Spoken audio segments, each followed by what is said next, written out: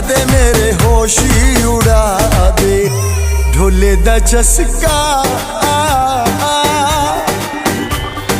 देसी शराब वर्गा, देसी शराब वर्गा।